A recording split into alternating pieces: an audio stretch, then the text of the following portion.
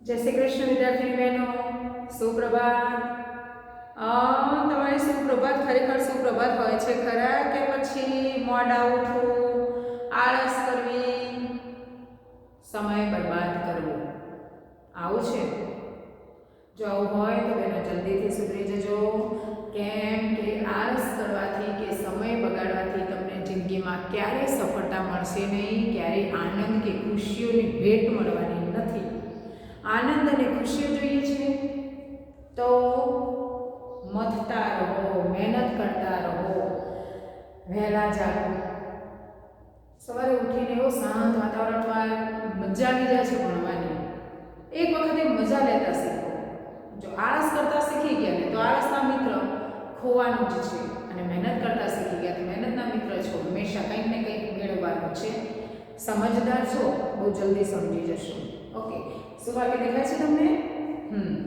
સુવાક્યમાં મેં એવું લખ્યું છે કે જેના માટે તમને લાગણી હોય છે ને એના માટે તમને કાળજી લેવાનું શીખવવું પડતું નથી, અને જો કાળજી લેવાનું શીખવવું પડે તો તેના માટે તમને લાગણી જ નથી। એક્ઝામ્પલ, તમારા ઘર માટે તમને લાગણી હોય છે એટલે તમે કેવું તમારું ઘર આંગણું કેવું સરસ ચોખ્ખું રાખો છો ને? ઘરમાં કચરો નાખો છો ના? કેમ કે લાગણી છે। એટલી જ લાગણી તમને તમારી શાળા, તમારી સંસ્થા કે બીજી કોઈ જગ્યા માટે હોય છે કે ના? એટલે તમે જ્યાં ત્યાં થૂકો અને કચરો પણ નાખો છો। શાળામાં જ આપણે જ શાળાની અંદર ચોકલેટના રેપર હોય, પોલીપેક હોય, બધું નાખતા હોય છે। એના માટે એમ કહી શકાય કે તમને આ શાળા માટે માન નથી, પ્રેમ નથી, લાગણી નથી। અને જો લાગણી હશે ને તો તમે એને ગંદી થવા જ નહીં દો, એ પણ પાક્કો। અને કેટલાક લોકો તો સારું લગાડવા માટે, ના ના બેન અમને તો અમારી સ્કૂલ બહુ જ ગમે છે, આપણી સ્કૂલ માટે તમને બહુ જ માન છે, કેવી સરસ સ્કૂલ છે, તો પછી સાચવો ને, એના માટે લાગણી રાખો ને।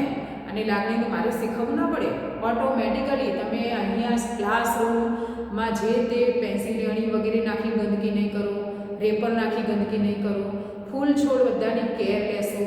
એવી જ રીતે હોસ્ટેલમાં પોતાનો રૂમ સ્વચ્છતાને અંતર્ગત બધી જ તમે કહેવાય કે કેર જાતે લેશો।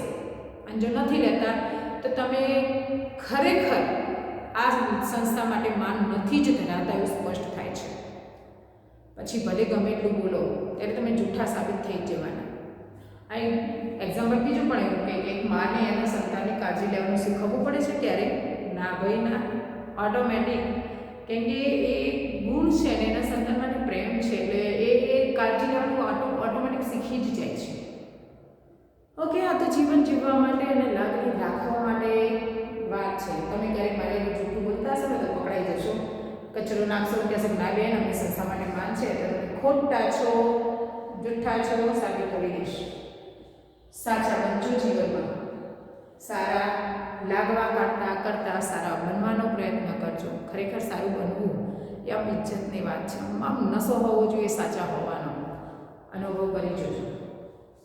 સારું, ચલો આપણે કાલે જોતા હતા જથ્થાબંધ વેપારીની સેવાઓ, આપણું પ્રકરણ 9 ધોરણ 11માં જોતા હતા કે નહીં? પાછું ભૂલી ગયા છો ને?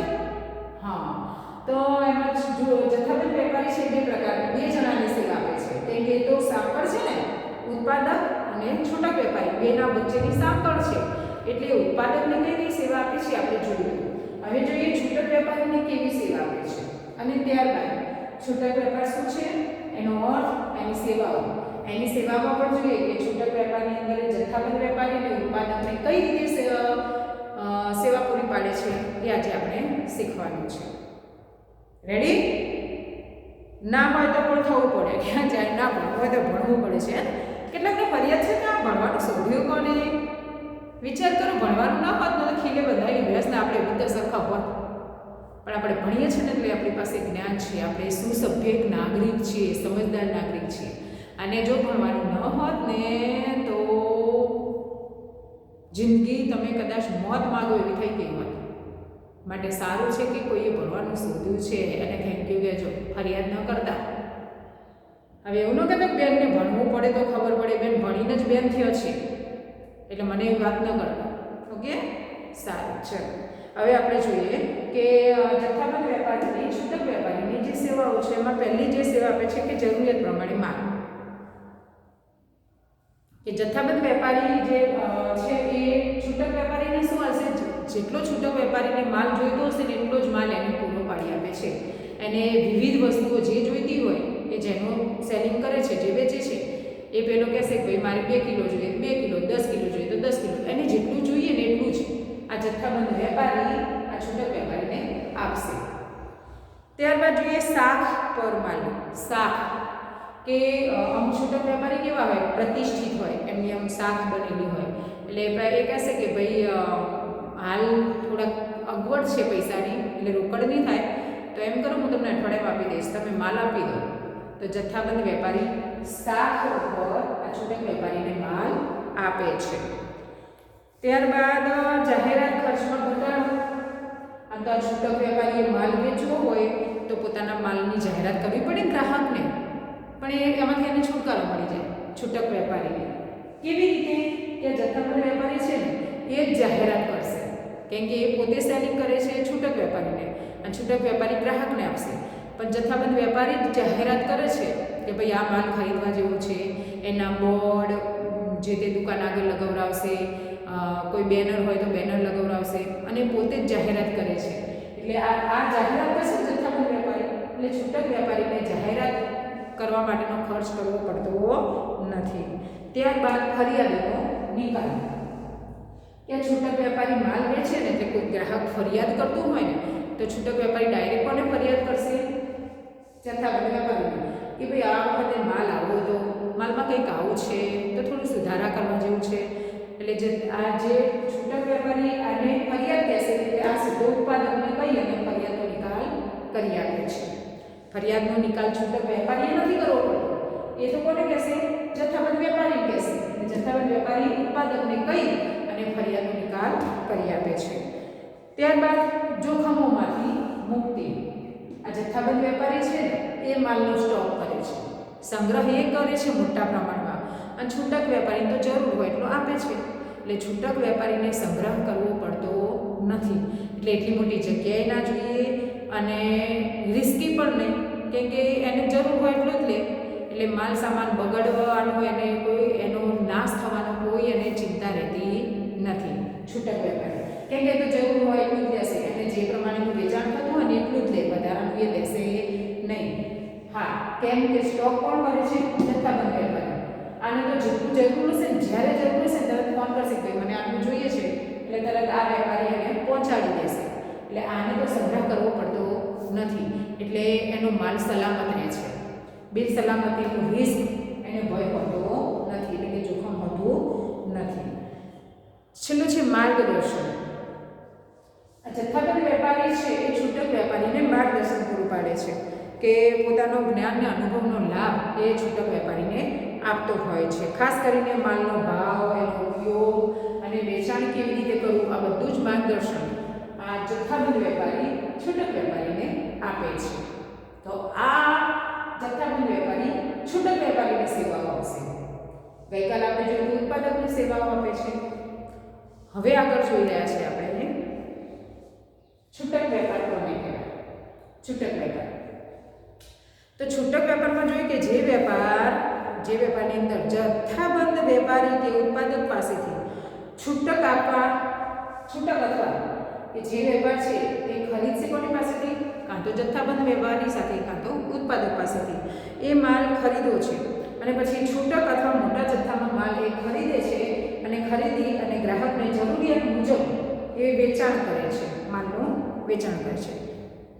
છૂટક વેપારની અંદર ખરીદી કરશે કોની પાસેથી, જથ્થાબંધ વેપારી અથવા ઉત્પાદક પાસેથી. એ છૂટક ખરીદી કરશે અથવા જથ્થામાં ખરીદી કરશે, અને પછી કોને પૂરી પાડશે, ગ્રાહકને જેવી જોઈએ, જેટલી જોઈએ એ પ્રમાણે પૂરી પાડે છે. જે વેપારમાં જથ્થાબંધ વેપારી પાસેથી કે ઉત્પાદક પાસેથી છૂટક કે જથ્થામાં માલ ખરીદવો અને ગ્રાહકને જરૂરિયાત પ્રમાણે વેચાણ કરવું તે માલનું, એને કહેવાય છૂટક વેપાર. છૂટક વેપારી ગ્રાહકો સાથે પ્રત્યક્ષ સંબંધ ધરાવે છે, કેમ કે પ્રત્યક્ષ સંપર્કમાં આવે ને તો ડાયરેક્ટ ગ્રાહકને જ માલ આપે, એટલે એને જરૂરિયાત સમજતો હોય કે ભાઈ આવા ગ્રાહક આવે છે. અમુક ગ્રાહક આવે તો કહેતા હોય છે કે આવું હોય તો સારું, આવું હોય તો સારું, એટલે એ પ્રમાણે ચાલે છે. એ ગ્રાહકને ઉત્તમ સેવા આપવા માટેના પ્રયત્નો કરતા હોય છે, કેમ કે જો સારી સેવા મળે તો ગ્રાહક ત્યાં વધુ આવે. એટલે છૂટક વેપારી ગ્રાહકને ઉત્તમ સેવા આપવા માટે પ્રયત્ન કરે છે. છૂટક વેપારી માલ વિતરણના માર્ગમાં જથ્થાબંધ વેપારી અને ગ્રાહક વચ્ચે કડી સમાન છે.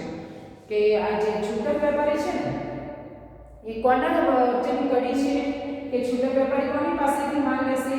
જથ્થાબંધ વેપારી પાસેથી, અને આપશે કોને? ગ્રાહકને.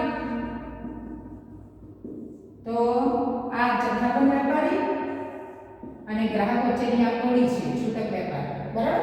છૂટક વેપારી એ જથ્થાબંધ વેપારી અને ગ્રાહક વચ્ચેની કડી છે. ખ્યાલ આવી ગયો?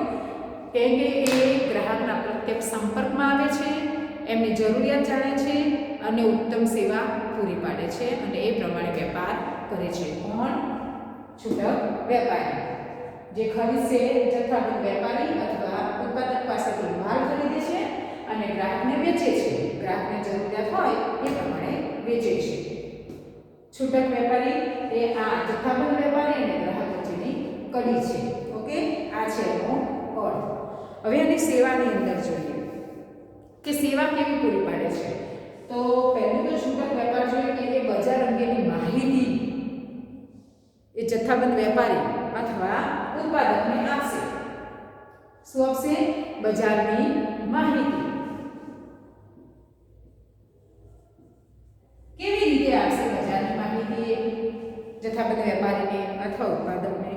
તો કે એનો સીધો સંપર્ક ગ્રાહક સાથે છે.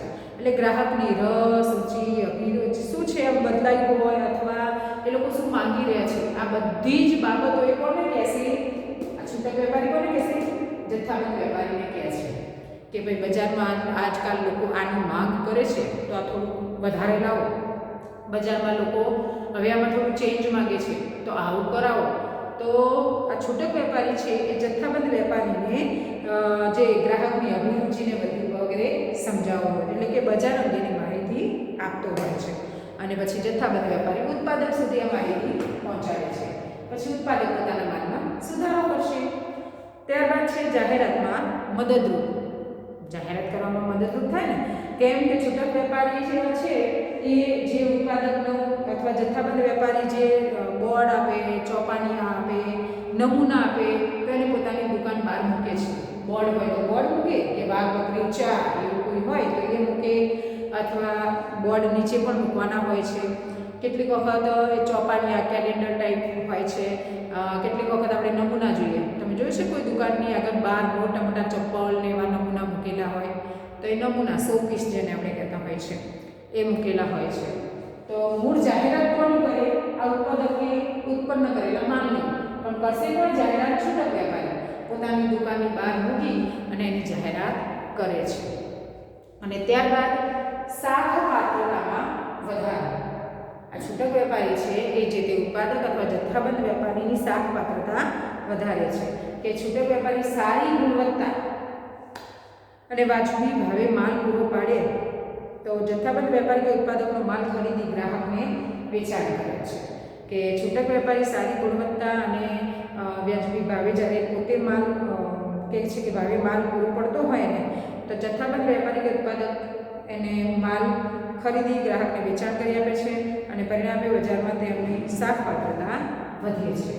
એ છૂટક વેપારી ખરીદે છે ને જથ્થાબંધ વેપારી પાસેથી અથવા ઉત્પાદક પાસેથી માલ ખરીદે અને ગ્રાહકને વેચાણ કરે છે, ત્યારે શું થાય કે એ જે ખરીદે છે એટલે દુકાનદાર એ લોકોની જ કંપનીનો માલ ખરીદે અને વેચે, એટલે એ કંપનીની પ્રતિષ્ઠામાં વધારો થતો હોય છે.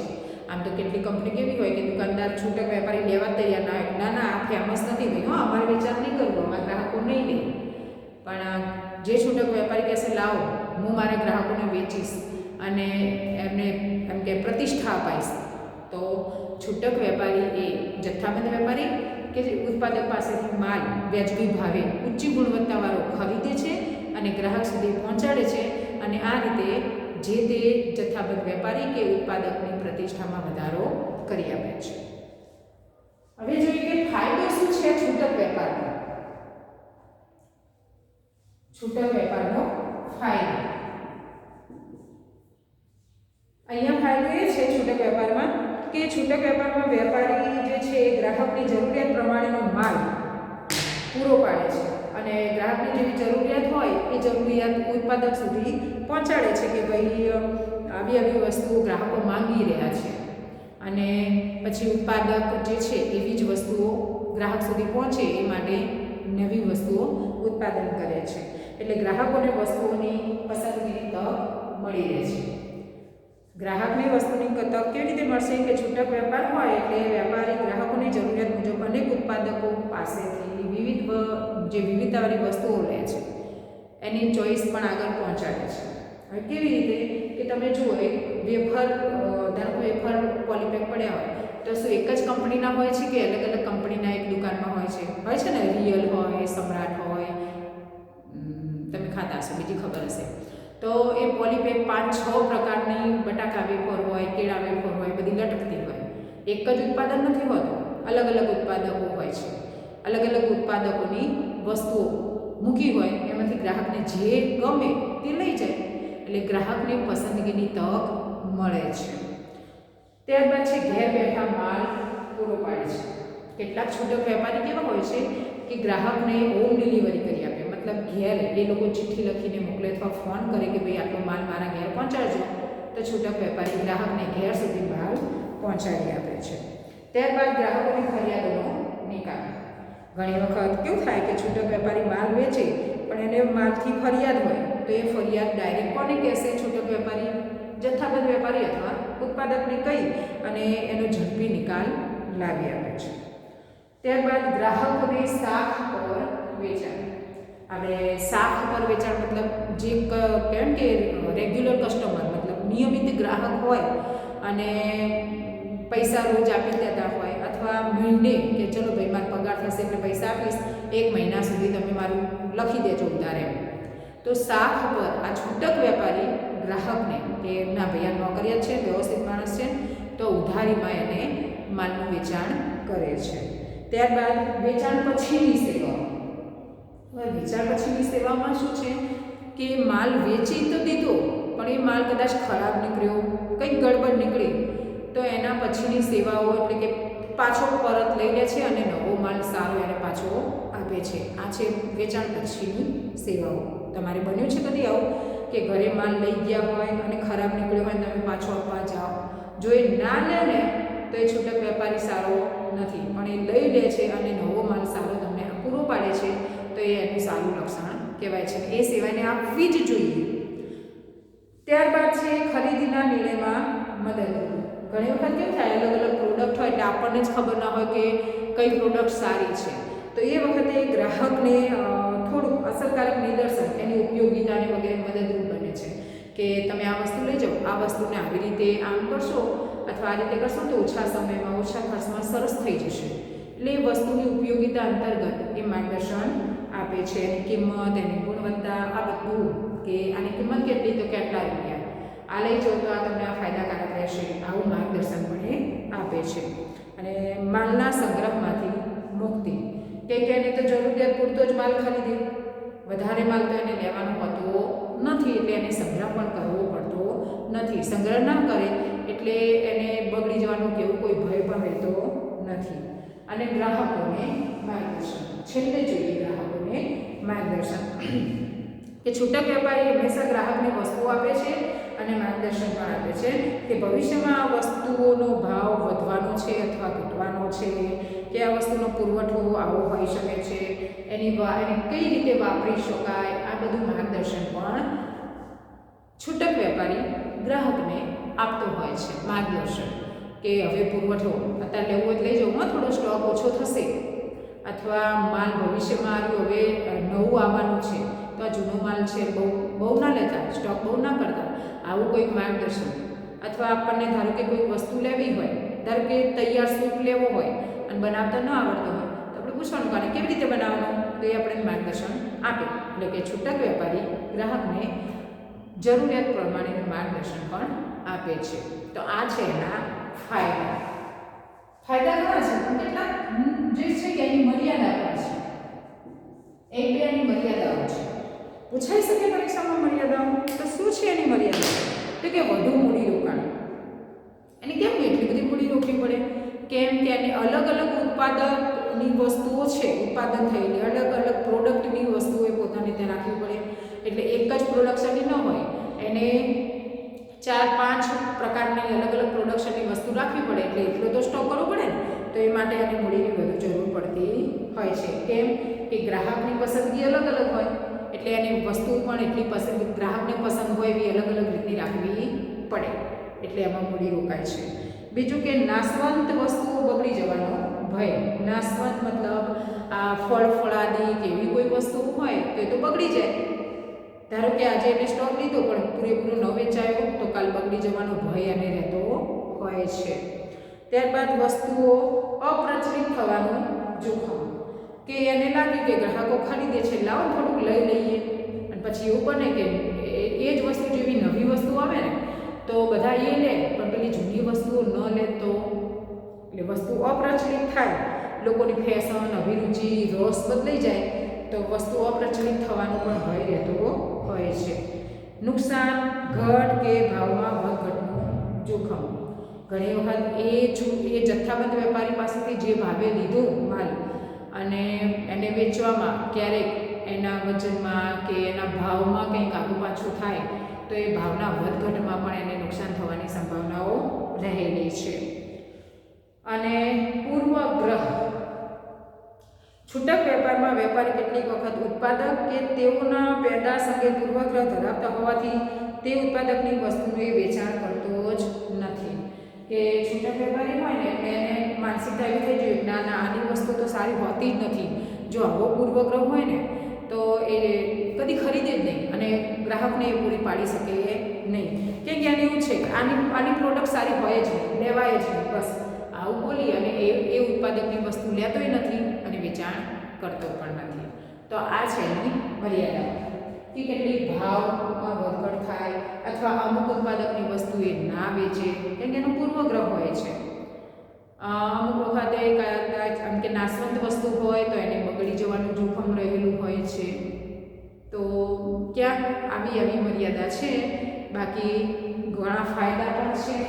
અને છૂટક વેપાર સરસ રીતે તૈયાર કરજો. એક આપણે ત્યાં કરિયાણાની કે દુકાનદારને આમ ધ્યાનમાં રાખી અને જોશો અથવા એક દિવસ ખાલી દુકાનને વોચ કરશો ને તોય ખબર પડી જશે કે ગ્રાહકને કેવી રીતે જરૂરિયાત પ્રમાણે માલ પૂરો પાડે છે, કેવી રીતે એમની ફરિયાદો દૂર કરે છે, કઈ રીતે માર્ગદર્શન આપે છે. આ બધી જ વસ્તુ. બીજું કે જથ્થાબંધ વેપારી જ્યારે વેચવા આવે છે ત્યારે કઈ રીતે એ વસ્તુ ખરીદે છે, આ બધું થોડુંક વોચ કરશો ને તો બધું જ સમજાઈ જશે. ઓકે, જય શ્રી કૃષ્ણ.